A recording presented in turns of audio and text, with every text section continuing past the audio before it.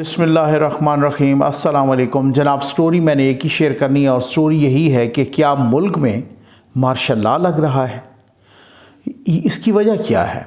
ये ख़बरें, ये अफवाहें क्यों गर्म हैं? क्या वजह है? क्यों लग रहा है? कौन लगा रहा है? क्या सूरत हाल है? इसके तमाम पहलुओं पर तफसील से डिस्कस करेंगे मालूमात के साथ इंशाअल्लाह। सबसे पहले अल्लाह ताला के फजल करम से, आपकी दुआओं और आपके ताउन से ZN न्यूज़ का फ्लड रिलीफ ऑपरेशन जारी है।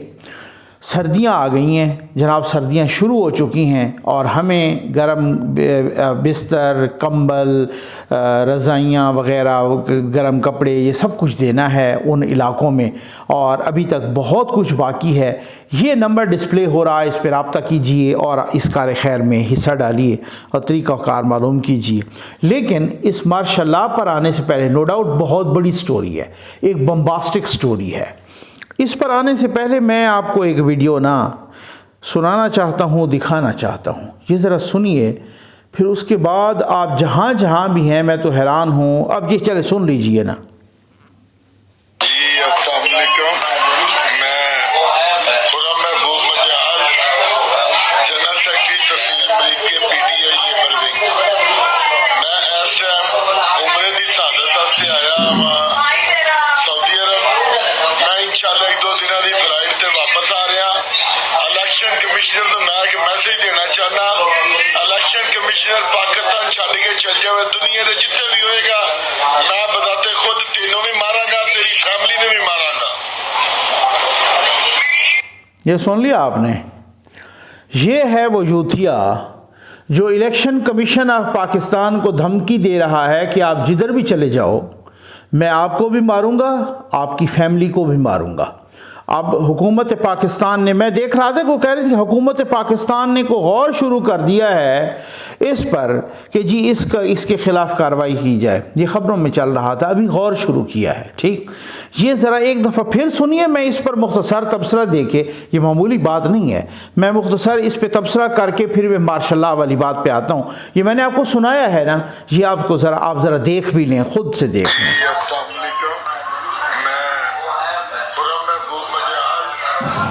जनरल सेक्रेटरी तहसील मरीज के PTI लेबर विंग। मैं इस टाइम उम्रे दी शहादत वास्ते आया वहाँ सऊदी अरब। मैं इंशाल्लाह एक दो दिनों की फ्लाइट से वापस आ रहा। इलेक्शन कमिश्नर को मैं एक मैसेज देना चाहना, इलेक्शन कमिश्नर पाकिस्तान छड़ के चल जाए, दुनिया के जितने भी होएगा मैं बताते खुद तेनों भी मारांगा, तेरी फैमिली ने भी मारांगा। ये साहब अपना पूरा तारुफ करा रहे हैं, ये बता रहे हैं कि मैं इस टाइम, इस वक्त उम्रे की शहादत के लिए आया हूँ। उन्हें अपना पूरा तारुफ कराया है, अपना नाम बताया है, PTI के साथ रिश्ता बताया है, अपना ओहदा बताया है, PTI में जो उनका ओहदा है, कोई ढकी छुपी बात नहीं है।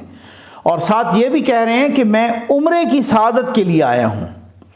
वहाँ अल्लाह के घर में बैठ के भी वहाँ से ये कत्ल की धमकियाँ दे रहा है। अब पूरी दुनिया क्या सोची? अभी हमारा नाम FATF की ग्रे लिस्ट से निकला है। पूरी दुनिया क्या सोचेगी? ये किस तरह की दहशतगर्द कौम है, अल्लाह माफ़ करे। और ये यूथिया जो हरम में है, जो अल्लाह के घर में बैठा है, वहाँ भी इंसान नहीं बन सका। ये जैसे शायर ने कहा था ना, इंसान हरम में जाके भी इंसान न बन सका, पत्थर जो बुत कदे में गया तो खुदा बना। ये यूथिये, मैं हैरान हूँ, ये यूथिये हरम में जाके भी इंसान नहीं बन सकते। हरम में पाक में जाके भी इंसान, अल्लाह के घर में जाके भी इनमें इंसानियत नहीं आती, उसी तरीके की हैवानियत होती है। किधर जा रहे हैं हम? किधर चले गए हैं? पाकिस्तान कहाँ चला गया है? जनाब ये धमकी दे रहा है चीफ इलेक्शन कमिश्नर को कि तुझे भी मारूंगा, तेरी फैमिली को भी मारूंगा। ये मामूली बात तो नहीं है, लेकिन क्या करें? जिनके वज़रा ने कहा हो कि मेरा दिल करता है, कहा था या नहीं कहा था? ये गुलाम सरवर ख़ान ने कहा था, ये शहरयार अफरीदी ने कहा था, किसी और ने भी गालिबन कहा था कि मेरा दिल करता है कि मैं खुद कुछ जैकेट पहनूं और जाके पार्लियामेंट के अंदर फट जाऊं। जिनके वज़रा ये कहें तो फिर जाहिर है वो इसी तरह की ये धमकी देंगे ना। ठीक, ये हैं वो रिपरकशंस 2018 में जो बीज बोया गया था ना, अब वो तनावर दरख्त बन गया है।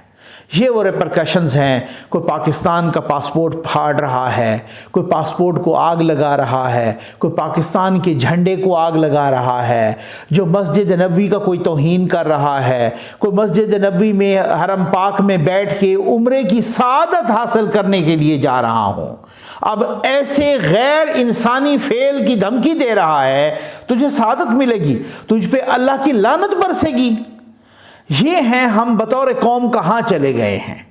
अब आप अंदाज़ा कीजिए, ये यूथिये हैं, ये वो यूथिये हैं जिन्होंने पूरे मुल्क में इंतशार फैलाया, जो दुनिया में जाते हैं जनाब, और वहाँ से जो है ना पूरी दुनिया में पाकिस्तान को बदनाम कर रहे हैं यूथिये। ये कौन सी कौम से वास्ता पड़ गया है।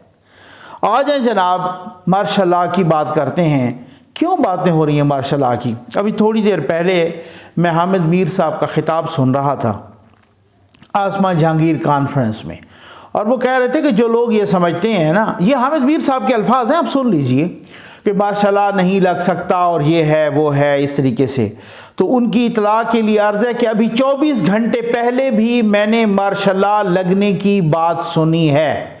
अब ये नहीं बताया उन्होंने कि किससे सुनी है, ज़ाहिर है किसी ज़िम्मेदार से सुनी होगी, कहीं से सुनी होगी, कोई भी। इसका क्या वजह क्या है भाई, आम तौर पे बताया जा रहा है, जानने वाले बता रहे हैं कि इनको हुकूमत को और इमरान ख़ान को मुज़ाकरात की टेबल पे बिठा दिया गया है, साथ बता दिया गया है कि अगर आप किसी नतीजे पे ना पहुँचे तो ये सिस्टम लपेटा जा सकता है, मार्शल भी लग सकता है। अच्छा, इसके तमाम पहलुओं पर ये वो चीज़ है जो तज्ज़ियाकार बता रहे हैं, जो बाखबर लोग बता रहे हैं कि ये सिस्टम लपेटा जा सकता है और आप किसी नतीजे पर पहुँचें, नहीं तो मार्शल लगाया जा सकता है। ठीक है। अच्छा, अब मार्शल वैसे तो आप देखें ना, पाकिस्तान में कुछ भी हो सकता है, पहले जहाँ इतने सारे मार्शल लगे हैं वैसे तो कुछ भी हो सकता है, लेकिन क्या लग सकता, दो तीन क्वेश्चन है ना, क्या लग सकता है, क्या नहीं लग सकता, ये दो क्वेश्चन है। ठीक है ना, लगने कोई चांसेस हैं, अगर लगेगा तो किसको नुकसान होगा, नहीं लगेगा तो किसको फ़ायदा होगा, ये बहुत सारे इस तरह के क्वेश्चन हम फ्रेम करेंगे ना, फिर इनके तनाजुर में वही जवाब देखेंगे। ठीक। अच्छा, पहले कह रहे हैं कि क्या लग सकता है, पाकिस्तान में क्या नहीं हो सकता। ठीक। तो लेकिन अब बात यह है कि कुछ पॉसिबिलिटीज़ होती हैं, कुछ तनाजुर होते हैं, कुछ बैनुल अक़वामी हालात होते हैं, कुछ मुल्की हालात होते हैं, कुछ मुआशी हालात होते हैं, कुछ मुआशरती हालात होते हैं वगैरह, सारा कुछ हो सकता है। लेकिन अब बात यह है कि अगर मार्शल लगता है, और अगर पहली बात तो यह कि उसकी नौबत क्यों आएगी। नौबत इसलिए ना कि खान साहब कह रहे हैं कि मैं तो लॉन्ग मार्च करूँगा, और फिर ये भी सुनवाई है कि अगर ये लॉन्ग मार्च करेगा तो इनका प्रोग्राम है खूनी लॉन्ग मार्च करने का। आज वो को हामिद रज़ा साहब भी उनसे मतलब मिले हैं और काफ़ी लंबी चौड़ी मुलाकात की है बनी गाला में, और मुफ्तियान कराम भी आके मिले हैं। मतलब मैं तो हैरान हूँ कि वो मुफ्तियान कराम कैसे मिलते हैं जिनको आगे मिलने वाले को पूरा कलमा ही कोई नहीं आता। वो कहता है कि 1,40,000 पैगम्बर भेजे हैं, वो बार बार वो यही दोहरा रहा है, उनको मुफ्तियान कराम भी। मैं अब आगे कुछ नहीं कहता। तो खैर, तो वो जनाब, और फिर उसके बाद जो वो उन साहब के बारे में कहा जा रहा है, भावलपुर वाले साहब के बारे में बहुत कुछ कहा जा रहा है, तो उनका भी जनाब के वो उनकी भी ख्वाहिश यही है कि मतलब अगर मुझे नहीं खेलने दिया गया या मुझे नहीं आर्मी चीफ बनाया गया तो अब मैं भी पीछू खाड़ूँ, मैं भी ग्राउंड का सत्यानाश करूँ, तो बहुत सारी चीज़ें हैं ना। ठीक।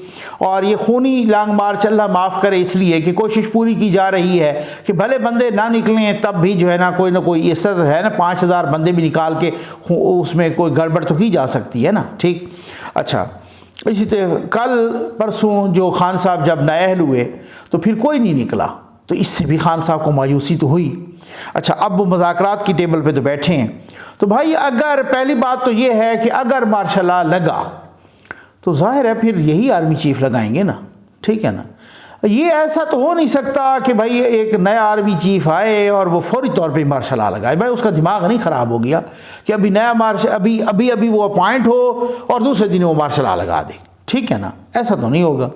और अगर खुदा न खास्ता लगा तो फिर यही जो है ना आर्मी चीफ साहब लगाएंगे, और अगर इन्होंने लगाया तो फिर किन किन को नुकसान है।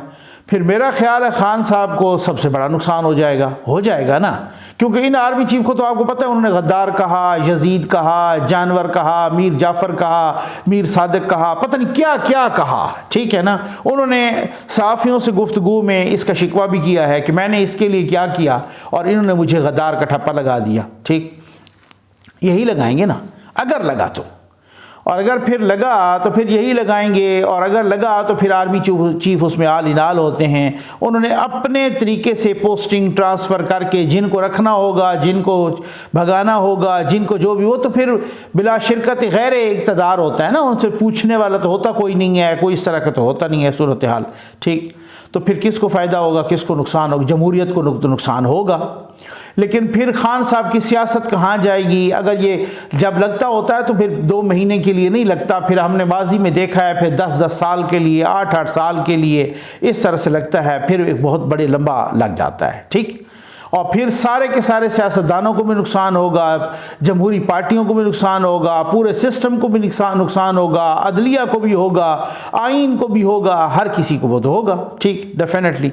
अच्छा, अब उसके बाद आ जाएं कि क्या लग सकता है भाई, मुझे तो ना जैसे कुछ लोग भी कह रहे हैं और मेरी अपनी असेसमेंट है, अगर इस वक्त मार्शल लॉ लगाने की कोई एक ज़रूरत हो ना, मसलन मैं कह रहा हूँ, तो मुझे तो ये खदशा है कि जैसे जस्टिस काजी फ़ायज़ ईसा साहब जैसे जजेस का जो नहीं होता भाई, इनका तो सत्यानाश करें ना, क्योंकि इन्होंने तो कभी भी LFO या इस तरीके से तो वो जो होते उसके ज़रिए तो ये हल्फ उठाएंगे नहीं, आइन जब सस्पेंड होगा तो, ठीक है ना, PCO या LFO उसके तहत तो ये हल्फ नहीं उठाएंगे।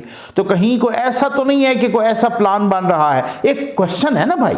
ठीक, अच्छा, लेकिन अब आ जाएं कि जी क्यों नहीं लग सकता। मेरी अपनी असेसमेंट है कि नहीं लगेगा इंशाअल्लाह, और लग भी नहीं सकता। उसकी बहुत सारी वजूहात हैं। उसकी वजह नंबर 1 ये है कि अभी इंटरनेशनल कम्युनिटी इस मूड में नहीं है, इंटरनेशनल कम्युनिटी इस मूड में नहीं है, इंटरनेशनल हालात भी इस मूड में नहीं है। अभी कल जो है ना वज़ीर आज़म पाकिस्तान शहबाज शरीफ साहब सऊदी अरब जा रहे हैं, ठीक है, दो रोज़ा दौरे पर, और फिर उम्मीद है कि अगले महीने सऊदी अरब के वज़ीर आज़म जनाब मोहम्मद बिन सलमान साहब वो आ रहे हैं पाकिस्तान, यही सुनवाई है, मुतवक्के उनका दौरा है। तो ये चीज़ें बता रही हैं कि कोई इस तरह की गड़बड़ नहीं है। एक दूसरी बात यह है कि बहुत सारी चीज़ें होती हैं ना, दूसरी बात यह है कि अभी फ़ौज का मोराल जितना गड़बड़ हुआ है ये मुख्तलिफ़ हालात की वजह से, अभी जितना एक इदारे को इमरान ख़ान ने मुतनाज़ा बनाया है, उनका दिमाग नहीं ख़राब कि मार्शल लॉ लगा के वो इसको मज़ीद मुतनाज़ा बनाएंगे। फिर उन पे सारे लोग तनकीद करेंगे, उन पे मीडिया भी तनकीद करेगा, उन पे सहाफ़ी भी तनकीद करेंगे, उन पे सियासतदान भी तनकीद करेंगे, सारे के सारे सियासतदान मिल के जद्दोजहद करेंगे, फिर सारा कुछ बहुत सारा उन पे तंजीमें भी, उन पे वकला की तंजीमें भी तनकीद करेंगी। जब वो अदलिया होगी, अदलिया के बहुत सख्त फ़ैसले इस बारे में मौजूद हैं, इंटरनेशनल कम्युनिटी भी, और सारा कुछ। नेक्स्ट बात यह है कि पाकिस्तान के माशी हालात बिल्कुल इस चीज़ की इजाज़त नहीं देते कि यहाँ पे कोई मार्शल लॉ लगे। भाई पाकिस्तान के माशी हालात जो हैं, जो इकनॉमिक सिचुएशन है वो कैसे है, उनके पास कौन सी ऐसी गिदड़ सिंगी होगी, कौन सा ऐसा वज़ीर ख़जाना होगा जो इसहाक डार से बहुत बड़ा महान होगा, जो 2 मिनट में इस तरीके से वो उलट पुलट कर देगा चीज़ों को और बिल्कुल सारा कुछ इस तरीके से जादुई तरीके से वो ठीक हो जाएंगी। हमें किस तरीके से वो IMF अभी तो नाक रगड़ना पड़ा, और IMF मार्शल लॉ में हमें कर्जे देगा, और वर्ल्ड बैंक भी हमारी मार्शल लॉ में मदद करेगा, और ये वो करेगा वगैरह वगैरह। ठीक, तो अभी आर्मी चीफ साहब गए अमेरिका, तो क्या वहाँ से कोई आशीर्वाद इसी तरह की मिली है? मुझे नहीं ख्याल, मेरा नहीं ख्याल कि इस तरह की मिली होगी। तो क्या सूरत हाल है मार्शल लॉ लगने का? और ना ही अभी आर्मी को जितना ख़राब किया गया है इमरान ख़ान साहब की तरफ से, तो क्या वो आप समझते हैं कि वो इस मार्शल लॉ लगाने के मूड में होंगे? सवाल ही पैदा नहीं होता। बहुत सारे लोग जब एक लगाता है आर्मी चीफ मार्शल लॉ, अच्छा अब जब मार्शल लॉ लगाएगा खुदा न खास्ता इस तरीके से, तो मैंने आपको कहा ना किसको फ़ायदा होगा, किसको नुकसान? जमहूरियत को तो नुकसान होगा ही होगा। ठीक, लेकिन सबसे बड़ा नुकसान जिसको होना है वो खान साहब को होना है। खान साहब के कोचेस को होना है, जी ये भी है, खान साहब को भी होना है और खान साहब की जो कोचिंग कर रहे हैं ना उनको भी होना है। सबसे बड़ा नुकसान तो मेरा ख्याल है ये थोड़ा सा उनको ना, जो कहते हैं ना ड्रावा, ठीक, ये सिर्फ और सिर्फ वो ड्रावा दिया गया है। ये कुछ इस तरह से कि भाई बैठो अपने मामलात हल करो, ये आप इदारे को ना घसीटो, बीच में अपने मामलात हल करो। ऐसे ही खामखा सियासतदान जब हल करने में नाकाम होंगे तो डेफिनेटली फिर कोई ना कोई कुव्वत आती होती है, फिर कोई ना कोई। लेकिन मेरा नहीं ख्याल कि इस तरह की इंशाअल्लाह नौबत आएगी। उम्मीद आपको वीडियो पसंद आई होगी। आपका बहुत बहुत शुक्रिया।